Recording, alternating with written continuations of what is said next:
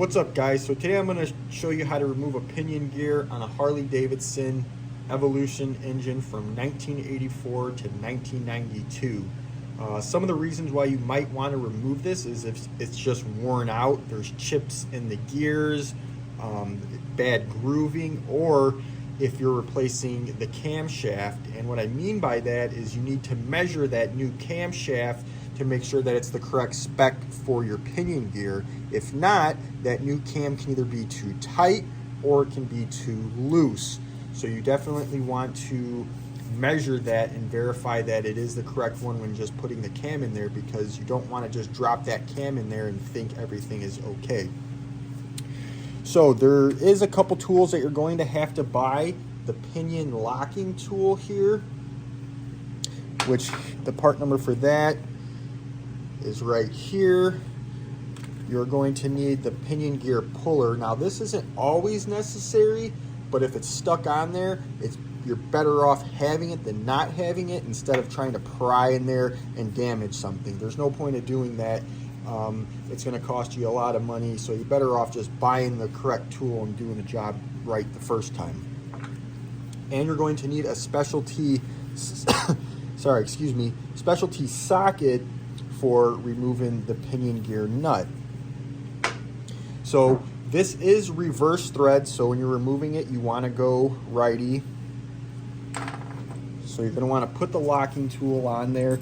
And some things you want to keep in mind when installing this tool is you may have to rotate the pinion nut here just ever so slightly, so when you put your quarter 20 screws in there, that they're lining up with the case holes and you're not, having it off a little bit and then it's kind of cross-threading those holes for your cam cover there. So you're just going to install the locking tool on there. I like to clean the threads prior to installing this just to make sure that there's no gunk in there. Now these two screws here did not come with the locking tool. I had these just laying around, so you may have to go out and get yourself 2 quarter 20 bolts. Will work perfectly fine. These are nice because they got the little hand turn on them. Now for the sake of the video, I did loosen this already, so I wasn't wasting anybody's time if it gave me a little bit of a problem, but they never usually do. But you want to make sure you tighten the bolts all the way when you're loosening this.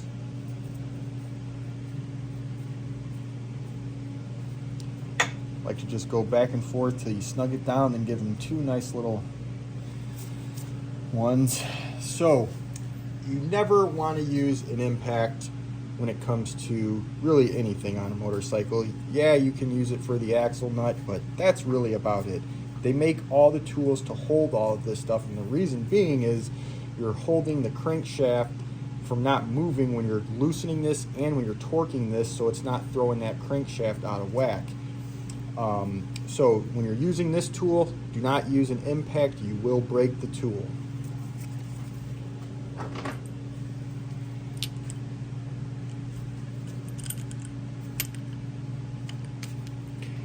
What's nice about the socket is it accepts a 7/8 socket or 3/4 on the end. So you put that on there. You have to line up the 2 notches on the socket. If I can find them. There it is. Hold it square and loosen it.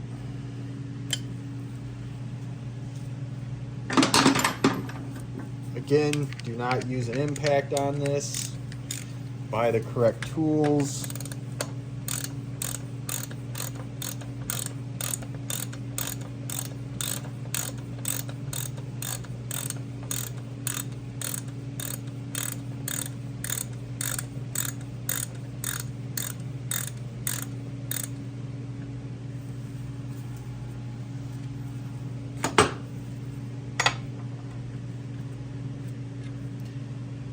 Pinion nut comes right off. I like to remove the locking plate at this point.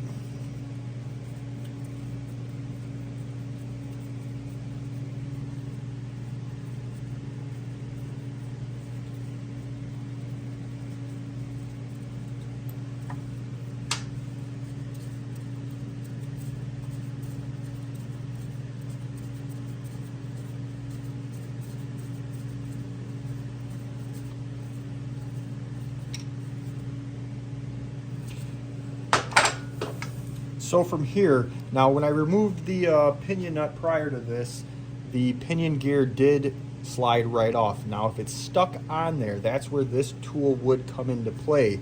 And all you would have to do for that is take the tool, put it around the gear, tighten it up, and then just put a wrench on there and it pulls it right off, just like so. So again, not always needed, but it's definitely a nice tool to have when you're in here and it's kind of seized on there.